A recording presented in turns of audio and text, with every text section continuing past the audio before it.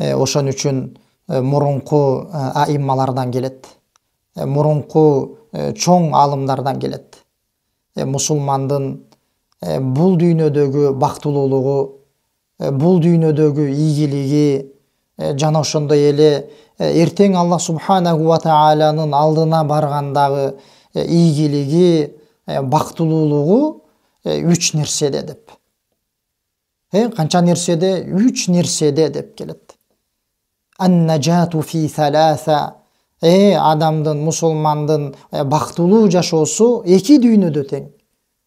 Бул дүйнөдө болсун, эртең кыямат күнү Аллахтын алдында болсун.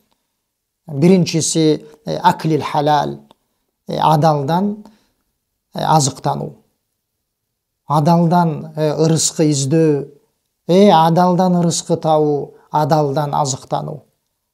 Өзү болсун, бала чакасын болсун, ата энесин болсун, адалдан азыктандыруу, адалдан ырыскы издөө.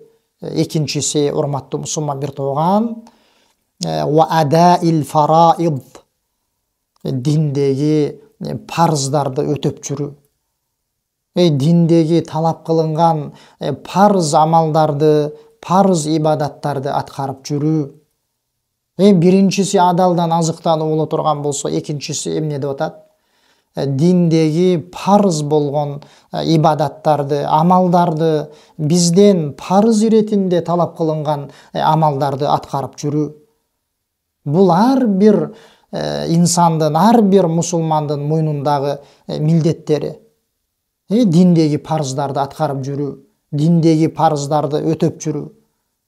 Биздин бул дүйнөдөгү өмүрүбүз бүтүп, ажалыбыз келгенге чейин. Эртең мусулман адам бул дүйнөдөн кеткенден кийин ошол парыз ибадаттардан сөзсүз түрдө суралат. Ошон үчүн экинчи деп кайсын эскерип атат? Диндеги парыздарды өтөп жүрүү.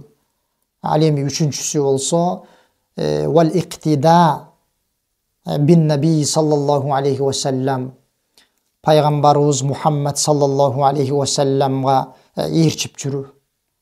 Пайгамбарыбыздын сүннөтүнө ээрчүү, пайгамбардын амалдарына ээрчүү, кайсыл нерседе болбосун, ишеним маселелеринде болсун, ыйман маселелеринде, же болбосо урматтуу мусулман бир туугандар, ибадат амалдарында болсун. Сиз жасап турган ибадатыңыз пайгамбардын сүннөтүндө барбы? Пайгамбар жасады беле? Пайгамбар Мухаммад саллаллаху алейхи ва саллам аткарды беле? Ошодон бизге калган амалбы деп пайгамбарды ээрчүү. Ишенимде, акыйдада болсун, эмне ибадатта болсун, же болбосо урматтуу мусулман бир туугандар, адамдар менен болгон мамиледе болсун. Деги эле диндин кайсыл жагында болбосун, кайсыл тармагында болбосун, пайгамбар Мухаммад саллаллаху алейхи ва салламга ээрчип жүрүү. Мусулмандын 2 дүйнөдө тең ийгиликке жетүүсү мына ушул 3 нерседе деп айтышат.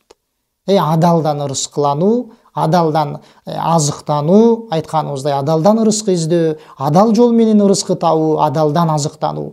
Экинчиси болсо диндеги парыз ибадаттарды аткарып жүрүү. Үчүнчүсү, урматтуу мусулман бир туугандар, пайгамбарыбыз Мухаммад саллаллаху алейхи ва салламга ээрчип жүрүү, анын сүннөтүнө бекем болуу. Мына ушул 3 нерседе урматтуу мусулман бир туугандар.